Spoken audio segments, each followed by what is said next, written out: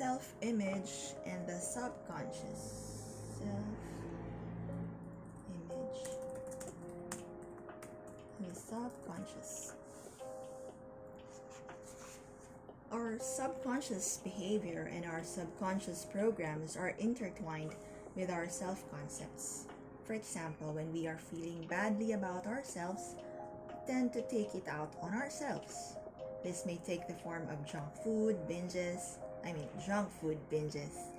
accidents, illnesses, overindulgence in alcohol or drugs, underindulgence in food, and so on.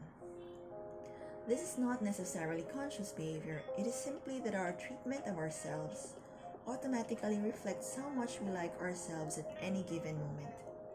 There is even evidence to suggest that people who have car accidents are often feeling badly about themselves at the time, and that the accident is partly a subconscious punishment.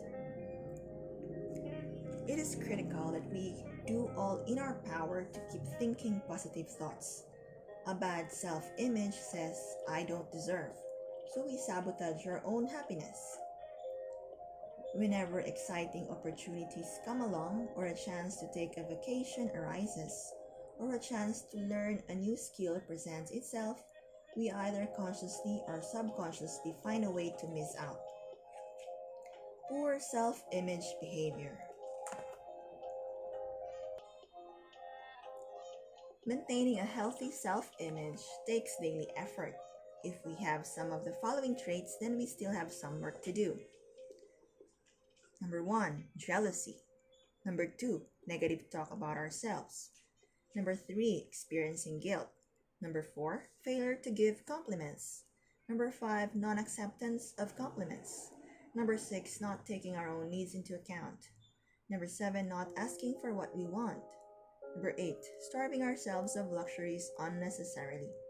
Number 9, failure to give affection.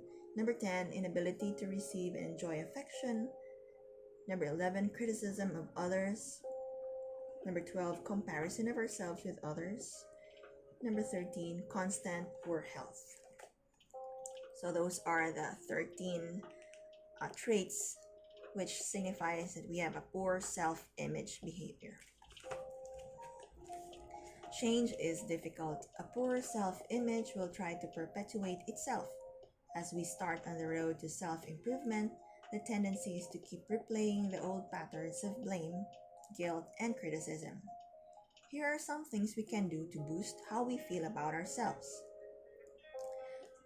Number 1, accept compliments. Always say thank you or words to that effect. Number 2, give compliments.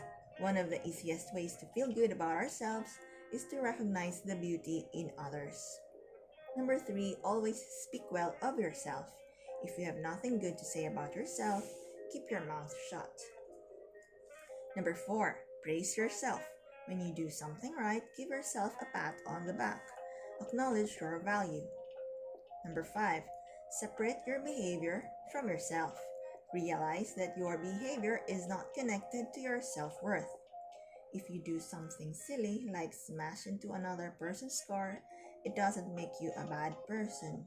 You simply made a mistake. Love the sinner, hate the sin. Number 6, treat your body well. It is the only one you have. Exercise and nourish it well. Everything we do affects everything else. Number 7, let people know how you expect to be treated. In particular, set an example by the way you treat yourself and them. Nobody should accept abuse from anybody. Number 8, be around good people. Number 9, practice having pleasure without guilt. Number 10, read books which give you ideas and inspiration. Number 11, always picture in your mind how you want to be, not how you are. You will then gravitate toward your dominant thoughts. Love your neighbor as yourself. Loving our neighbor as ourselves automatically assumes that we should love ourselves. Note that the instruction is not run yourself down and build up your neighbor. We are not advised to deprive ourselves, to suffer and be miserable. My interpretation of love your neighbor as yourself is that we should maintain a balance between our needs and our neighbor's needs and respect both parties.